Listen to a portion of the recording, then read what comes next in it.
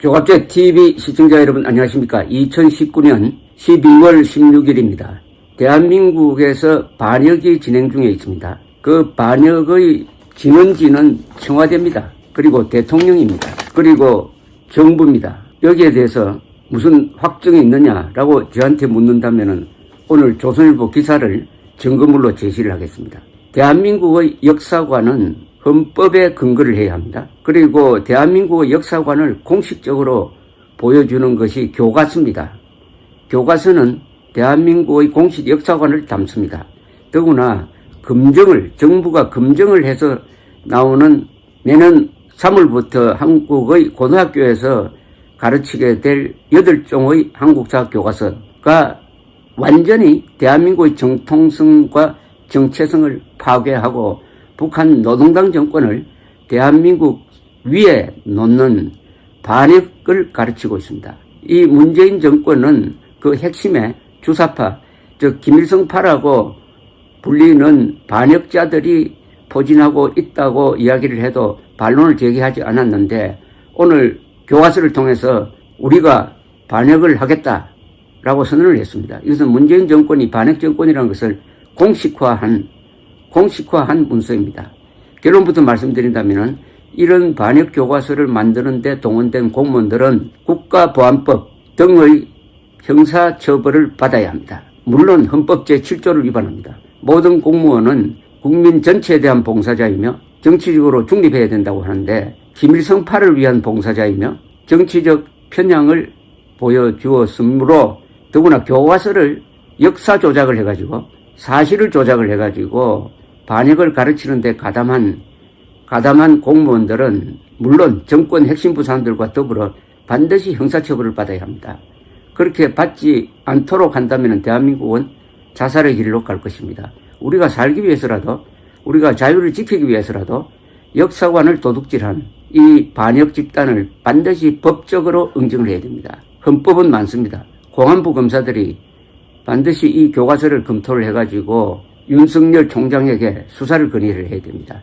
이것은 조국이라든지 지금 김기현 울산시장 낙선 공작보다 훨씬 더 큰 대한민국을 문재인 정권이 김정은 앞으로 고개 숙이게 한 일대 사건입니다. 더구나 이것은 한일 기본조약에 위반되므로 일본으로 하여금 한일 기본조약 수정하자고 나올 가능성을 배제할 수 없게 하는 외교적 반역입니다. 반역. 대한민국의 역사관은 헌법 제3조에 의해서 결정되어 있습니다. 대한민국의 영토는 한반도와 그 부속 도서로 한다. 따라서 북한 노동당 정권은 국가도 아니고 집단도 아니고 반국가단체다. 그러니까 헌법 제4조를 통해서 통일을 해야 한다. 즉 자유민주적 기본 질서에 입각한 평화적 통일을 추진한다. 이렇게 되어 있습니다. 그렇게 함으로써 헌법 제1조 대한민국은 민주공화국이다를 선언이 아니라 실천하는 것이죠. 우리 헌법은 명령문입니다. 명령문. 북한 노동당 정권을 해체하고 자유통일하라는 명령문으로 되어 있습니다. 그런데 거기서 가장 중요한 것은 대한민국의 정통성입니다. 한반도의 유일한 정통 국가다 이거죠. 북한은 국가가 아닙니다. 그런데 이 교과서는 어떤 식으로 적고 있느냐 하면은 8종의 교과서 중에 6종은 대한민국 건국이라고 하지 않고 정부 수립이라고 격하했습니다. 나라를 세우는 것과 정부 수립은 다릅니다. 건국이라고 해야죠. 그래 놓고 북한에 대해서는 조선민주주의 인민공화국 수립이라고 했습니다. 즉 건국이라고 했습니다. 북한은 건국이고 대한민국은 정부다. 북한은 국가고 대한민국은 정권이란 뜻이죠. 완전히 북한식 역사관입니다. 이것은 김일성 우월주의 역사관입니다. 김일성 우월주의 역사관을 평양에서 가르쳐야지 왜 한국에서 가르칩니까? 이 문재인 정권은 당대의 반역으로 만족하지 않고 한국의 미래 세대를 반역자로 키우려고 합니다. 그것도 좌익 반역자로. 이 정권은 자유민주적 기본 질서를 부정하고 있습니다. 문재인의 연설에서 자유란 말은 거의 나오지 않습니다. 꼭 나와야 할 대목에서도 자유란 말 쓰지 않습니다. 더구나 역사 조작을 했습니다. 사실 조작을 했습니다. 모든 교과서가 8종 모든 교과서가 유엔이 대한민국을 한반도 유일 합법정부로 인정한 역사적 사실을 어떻게 조작을 했느냐면 38도선 이남에서 수립된 유일 합법정부라고 조작을 했습니다. 이것은 굉장히 중요합니다. 대한민국의 정통성은 두 군데서 나옵니다. 하나는 헌법에서 나오고 또 하나가 1948년 12월 12일 유엔 총회에서 한국은 공정한 선거를 통해서 정부가 수립되었으므로 그 정부는 한반도 전체의 한반도 유일한 합법정부라고 딱 못을 박았습니다. 국제적 공인을 받은 거죠. 북한은 공정한 선거를 치르지 않았기 때문에 그 정권이 정당성이 없는 거죠. 정통성도 없는 거죠. 이렇게 해서 국제사회에서 대한민국은 우월한 존재가 되었습니다. 북한보다. 헌법적으로도 그렇고 이 유엔 결의에 의해서. 그런데도 이걸 38 떠선 이남에서 유일한 합법정부라고 거짓말을 했습니다. 이것은 영어 원문을 보면은 이런 해석이 나올 수가 없어요. 아니, 유엔 총회 결의를 조작하는 교과서가 있을 수가 있습니까? 이게 북한 교과서가 아니면은 있을 수가 없어요. 이건 북한 교과서입니다. 이건 평양에서 가르쳐야 될 교과서입니다. 더구나 한일 기본조약 제3조가 뭐라고 되어 있느냐 하면은 1965년의 한일 기본조약입니다. 한국과 일본은 유엔 총회의 결의에 따라서 대한민국을 한반도의 유일한 합법 정부로 인정한다라고 되어 있습니다. 그럼 일본은 한국 교과서를 이제 손에 들고 나와가지고 우리 정부에 요구할 것입니다. 당신들이 교과서를 통해서 38 떠선 이남의 유일한 합법 정부라고 했으니까 한일 기본 조약 바꾸자. 우리는 북한도 정부를 합법 정부로 인정하겠다. 이렇게 나오면 할 말이 있습니까? 문재인 정권의 부속기관처럼 된 대법원이 징용공 배상 판결을 통해서 한일 외교를 파탄내더니 이제는 교육부가 교과서를 통해서 한일 관계를 한국에 극히 불리한 쪽으로 파탄낼 소지를 만들어 놓았습니다. 더구나 이것은 다른 것과 연관시켜서 생각해야 됩니다. 즉 문재인 남쪽 대통령이 작년 9월 19일 평양에서 아들 불되는 김정은이가 있는 데서 연설하기를 나는 남쪽 대통령이고 김정은은 국무위원장이라고 보고를 했어요. 즉 교과서 그대로 한 겁니다. 대한민국은 북한 노동당 정권 부하다. 그러니까 나는 남쪽 대통령이고 대한민국 대통령이 아니고 왜냐하면 대한민국은 건국된 적이 없다. 그래서 남쪽이다. 나는 남쪽 대통령이고 김정은만이 조선민주주의 인민공화국의 국무위원장이다.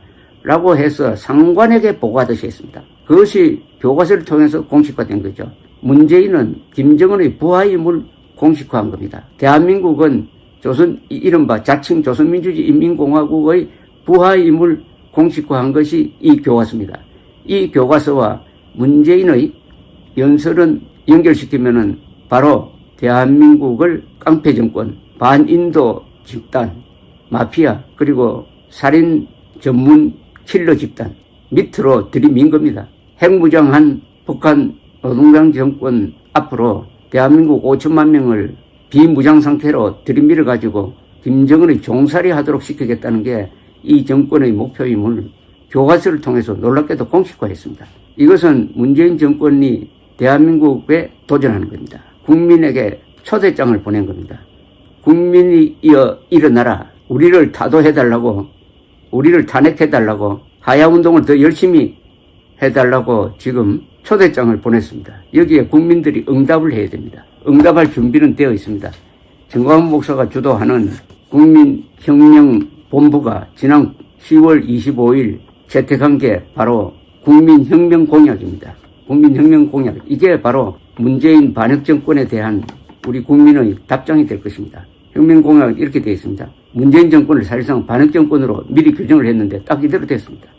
우리는 대한민국 헌법의 최고 가치인 자유민주적 기본 질서를 수호하고 공산주의를 반대한다. 우리는 북한 노동당 정권과 자칭 촛불혁명 세력을 자유의적, 헌법의적, 국민의적으로 규정한다. 우리는 문재인 정권의 헌법 유린 행위를 정권에 의한 반역으로 간주, 헌법의 권능으로 단죄할 것을 다짐한다. 이거죠, 바로. 헌법에 반하는, 헌법을 유린하는 교과서를 내놓았습니다.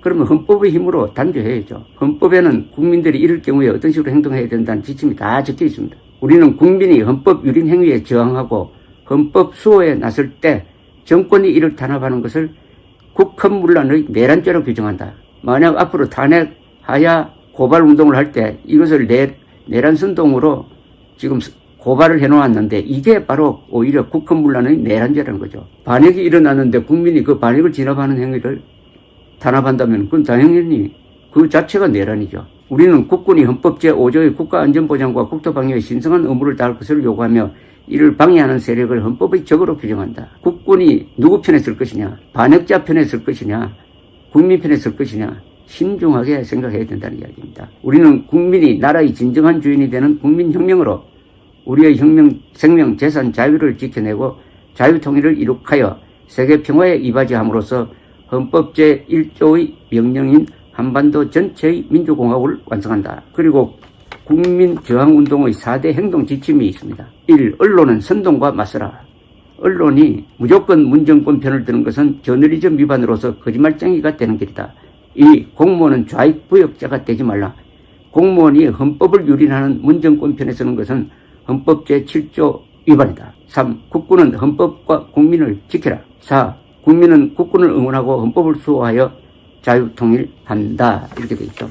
문재인 정권은 놀랍게도 이런 반역을 진행함에 있어서 쿠데타적 수법을 쓰고 있습니다. 지금 국회에서 일어나고 있는 일이 반역을 더욱 공고히 하기 위한 겁니다. 국가예산 530조를 완전히 날치기로 통과시켰습니다. 그 상당 부분은 국민들을 현혹시켜가지고 계속 반역을 계속하기 위해서, 즉 정권을 계속 유지하기 위해서 표를 매수하는 데서는 낭비성 복지 예산입니다. 수십조나 됩니다. 그리고 연동형 무슨 선거법, 그것은 부정선거 하겠다는 겁니다. 그리고 공수처는 이거는 헌법에도 없는 불법 수사기관입니다. 불법 수사기관 사병집단을 하나 만들어가지고 현역 장성과 검사와 판사와 경찰, 즉 권력을 갖고 있는 사람들을 감시하겠다는 겁니다. 불법으로 사병집단을 만들어가지고 무장시켜가지고 정규군을 통제하겠다는 발상과 똑같습니다. 문재인 정권은 더구나 자신들의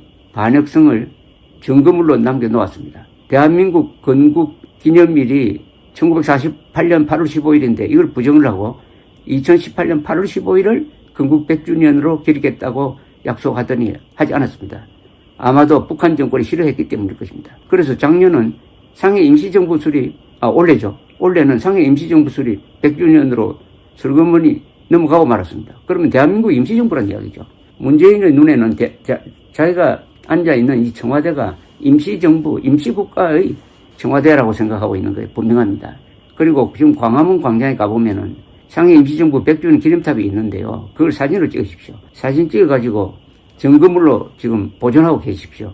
거기 보면은 대한민국 역사를 어떻게 적고 있느냐. 1919년 상해 임시정부 수립, 1945년 해방, 1948년 8월 15일을 건너뛰어버립니다. 그리고 어디로 쭉 오느냐.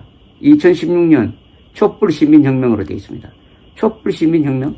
국민혁명은 합헌적입니다. 그러나 촛불시민혁명은 헌법을 뒤엎겠다는 겁니다. 헌정질서를 무너뜨리겠다는 겁니다.